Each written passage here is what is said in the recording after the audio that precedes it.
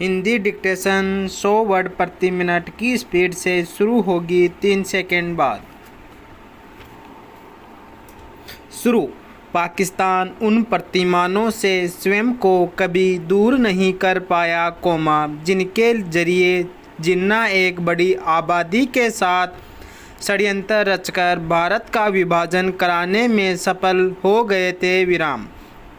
पाकिस्तान बनने के बाद कट्टरपंथी और जिहादी तत्वों का प्रकटीकरण कभी रावलपिंडी के रियल एस्टेट एक्टर्स, सेना अथवा डीप स्टेट ISI और सेना द्वारा, तो कभी इस्लामाबाद के पॉलिटिकल एक्टर्स द्वारा और कभी थर्ड स्टेट चरमपंथ के द्वारा किया जाता रहा। इनमें से पहला भारत को दुश्मन नंबर 1 मानता रहा और चरमपंथी स्थायी शत्रु। इन दोनों ने मिलकर भारत के खिलाफ विभिन्न रूपों में छद्म युद्ध लड़ा, जो अभी तक चला आ रहा है। पहलगाम की घटना को इसी की एक कड़ी के रूप में देखा जा सकता है। इसलिए भारत द्वारा पाकिस्तान को कटघरे में खड़ा करना, सिंधु जल संधि को सस्पेंड करना और अन्य कदम उठाने संबंधी निर्णय लेना उचित है और अपेक्षित भी। लेकिन क्या दुनिया बेनकाब हो चुके पाकिस्तान के खिलाफ भारत के साथ खड़ी है, जैसे कि 9/11 की घटना के बाद अमेरिका के साथ खड़ी थी? ऐसे ही कुछ प्रश्न और भी है। पहला, 1990 के दशक से ही भारत उन आतंकी घटनाओं को लेकर पाकिस्तान की तरफ उंगली उठाता रहा, जो पाकिस्तान की धरती से संचालित या गाइड हो रही है। लेकिन क्या अमेरिका सहित पश्चिमी दुनिया ने इसे पूरी तरह से स्वीकार किया? अगर हाँ, तो क्या कोई संयुक्त कार्रवाई की पहल की? नहीं, लेकिन जैसे ही अल-कायदा तालिबान ने वर्ल्ड ट्रेड सेंटर पर हमला किया, वैसे ही अल-कायदा तालिबानी आतंकवाद को वैश्विक आतंकवाद करार दे दिया गया।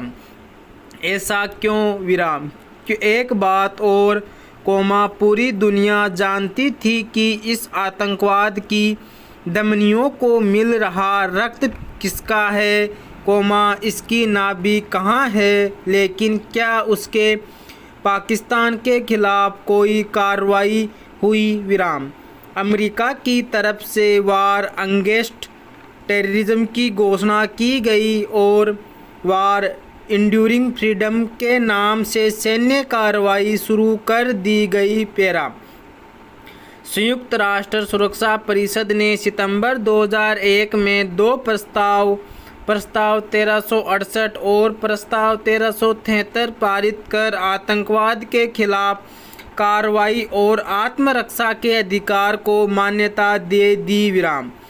अफगानिस्तान में अल-कायदा तालिबान का शासन समाप्त भी हो गया, लेकिन आतंकवाद की नाभि पर प्रहार नहीं हुआ, बल्कि अमेरिका इस्लामाबाद की बजाय बगदाद की तरफ मुड़ गया। काबुल और बगदाद का ध्वंस हुआ, लेकिन इस्लामाबाद का नहीं। महत्वपूर्ण बात यह है कि आतंकवाद के खिलाफ इस युद्ध अभियान में फादर ऑफ एशियन टेररिज्म यानी पाकिस्तान को सिपह सालार बनाकर पेश कर दिया गया।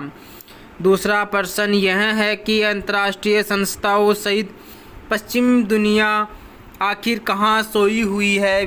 दुनिया जानती है कि पाकिस्तान आतंकवाद का एपिसेंटर है, लेकिन अमेरिका, चीन और पश्चिम को यह क्यों नहीं दिख रहा?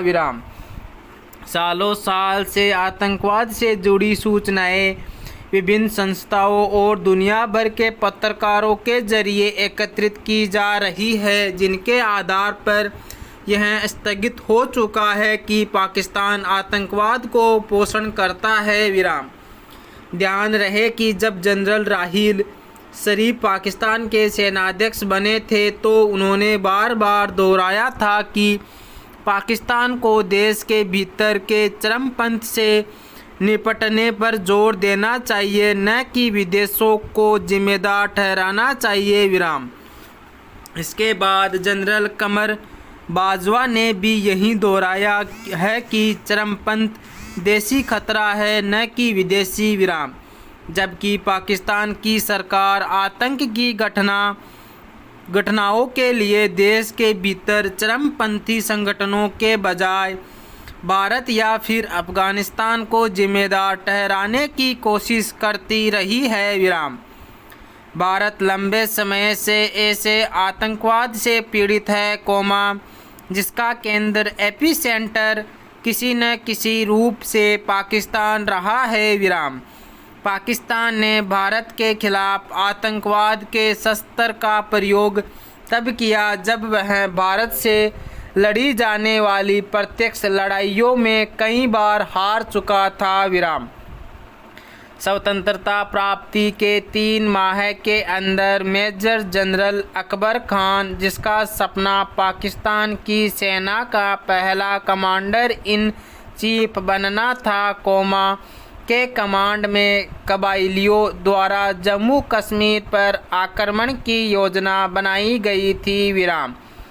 यद्यपि अकबर खान कश्मीर को भारतीय बलों की मजबूत पकड़ से मुक्त नहीं करा पाया, लेकिन कबाइली हमलों के अनुभव के आधार पर संगठित अपारंपरिक युद्ध नीति द्वारा कश्मीर को आज़ाद कराने के तरीकों पर एक थीसिस विचारार्थ प्रस्तुत की, जिसका सिद्धांत था कश्मीर पर कब्जा करने के लिए पारंपरिक युद्ध की आवश्यकता नहीं है। विराम।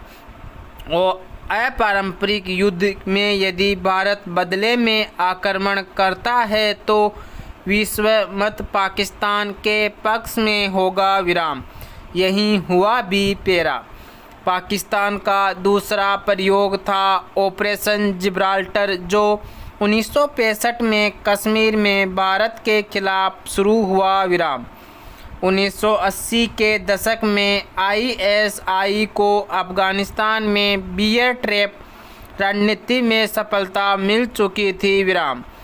1989 में सोवियत संघ ने अफगानिस्तान को छोड़ दिया और उसी वर्ष ISI ने जम्मू कश्मीर में छाया युद्ध शुरू कर दिया। विराम। हालांकि बियर ट्रैप की नीति यहाँ सफल नहीं हुई। विराम।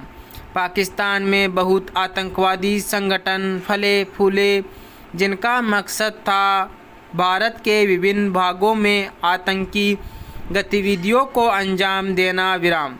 पाकिस्तान की बियर ट्रैप अभी भी जारी है। विराम। बहरहाल अब वक्त आ गया है कि पाकिस्तान को उचित जवाब न दुनिया को उचित संदेश दिया जाए। पूर्ण विराम।